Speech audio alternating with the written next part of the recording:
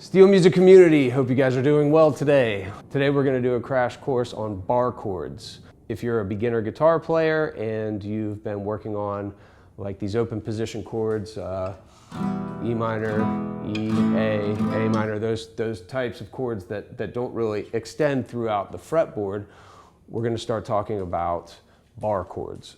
There's a lot of different variations and there's a lot of different shapes of bar chords. But there's four that I kind of get everybody started with that seem to be the most helpful when transitioning into bar chords. They are difficult in that the definition of a bar is you have to take, it really can be any finger, but in these bar chords it's going to be your first finger, your pointer finger, is going to push down multiple strings at the same time. Okay, so there's four different shapes, two major chord shapes, two minor chord shapes. So the first one we're gonna build off of the E string, the root note. So at 5th fret on the low E string, that's an A note. And if we play this shape, 5th fret, 7th fret, 7th fret, 6th fret, 5th, and 5th. So you're going to be barring the 6th string and the 2nd and 1st string all with your first finger. You have this kind of clamp type of motion. You have to keep your pointer finger straight and then all the other ones have to curve to hit all these other notes.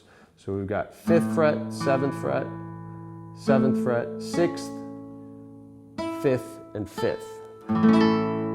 So that would be, because this low note right here is A, we're going to think of that as A major. Remember, our major chords sound kind of happy and our minor chords kind of sound sad. So the sad minor version of A major here is essentially the same bar, but all we have to do is lift our middle finger to where this note on the 3rd string and the 6th fret gets moved down to the 5th fret. Right? So we have A major, and then in order to make that minor, you just lift your 2nd finger, and we've got the sadder sounding chord. As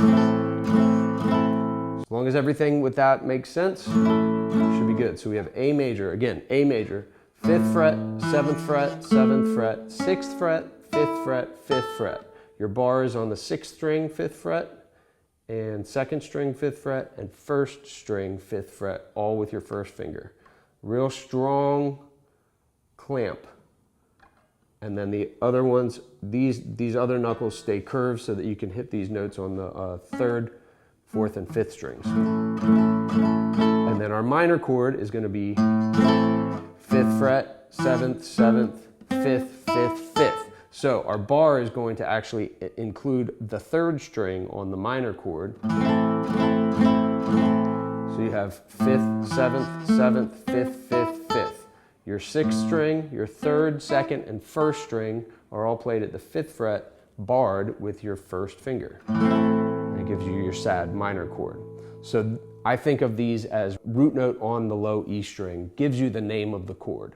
So learning the note names of your entire guitar and the notes is very valuable, but a lot of people find success in just focusing on learning all the notes of the low E string and then the A string to kind of get you started.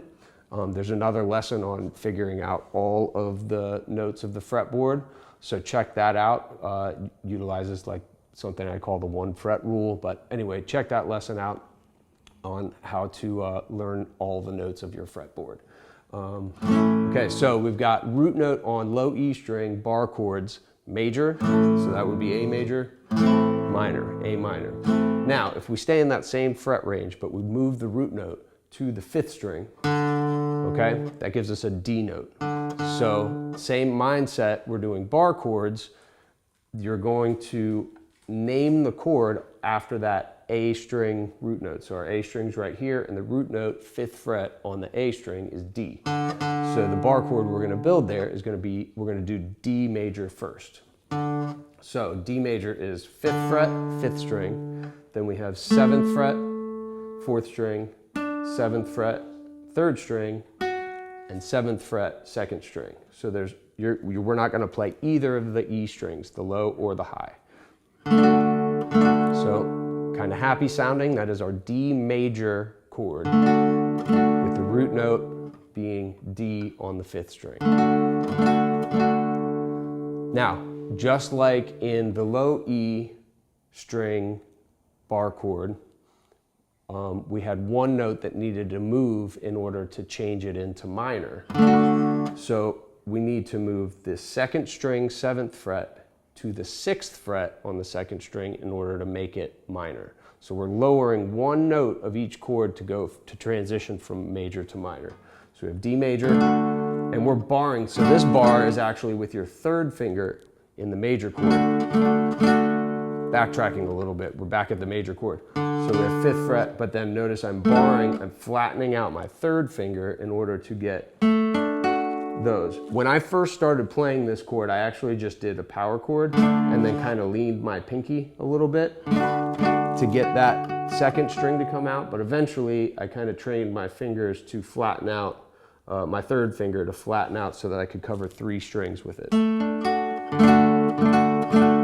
So bar with the 3rd finger on the 7th fret for the D major. And then to make it minor, we take that 2nd string and we go from 7th fret to 6th fret. So 5th fret, 7th, 7th, and 6th. Now he's back there playing. I don't know if she's in the shot or not, but you might hear her snorting, rolling around on the ground. All right, so D minor, 5th fret, 7th fret, 7th fret, 6th fret. Now, what this does for you, we learned 4 different shapes there, right? You can move them if we know our notes on the low E string and the A string really well. If we memorize the bar chord shape that goes with the root note on either the 6th or the 5th string, we can essentially be looking at like any chord chart that gives us a series of major chords and minor chords. Let's say we'll pull up a song, and it could be any random song, but okay, let's say the first chord is B flat major and then D minor. So all we have to do is find where B flat is and then play the appropriate major shape that would go with that. So for instance, B flat is in the 6th fret of the low E string.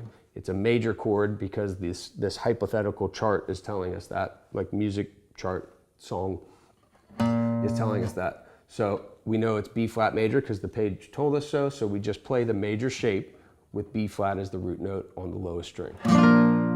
Then we said the next chord was D minor. So we go to the 5th fret because we learned that earlier. 5th fret is our D. Then it can't be major.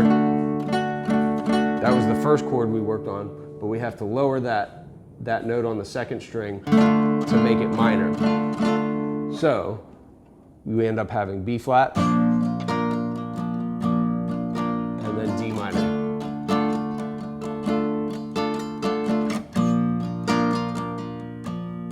And then you would strum it in the way that the song would kind of call for. If you need any further help with learning these bar shapes, these 4 shapes are a really, really good place to start. It allows you to pretty much print out any song that you would really want to know and be able to quickly figure out any of the chords that would be on there, given that they're major or minor, which is in the majority of pop and rock music. You're going to see more major and minor chords than you're going to see of anything else. Hope this is helpful, and look forward to helping you in the studio. Have a good one.